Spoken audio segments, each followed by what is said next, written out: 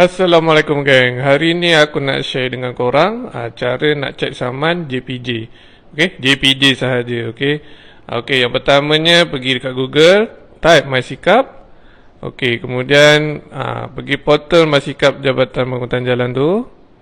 Okey, lepas tu isikan kita punya nama, apa tu kita nak buat password semualah.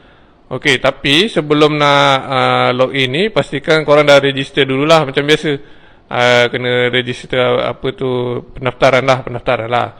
Okey, bila dah daftar baru boleh login macam ni. Okey. Lepas tu bila dah settle semua ni, dah isi, okey, kita klik log masuk. Okey, bila dah masuk macam ni, pergi dekat kesalahan dan penalti tu. Okey, klik kat situ. Okey, macam ni masuk terus, ada nama saya lah, sebab dah daftar tadi kan. Okey, lepas tu kat sini kita klik pertanyaan saman. Okey, klik pertanyaan saman ni, nanti dia akan keluar. Kita boleh check kita punya IC, maksudnya kita punya saman ataupun orang lain punya saman pun kita boleh tolong checkkan. Okey, kita tekan cari kat situ.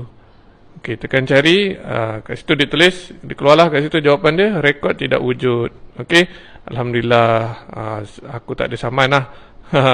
Okey, jadi harap video ni dapat membantu korang kalau nak cek saman. Itu saja. Sekian, terima kasih.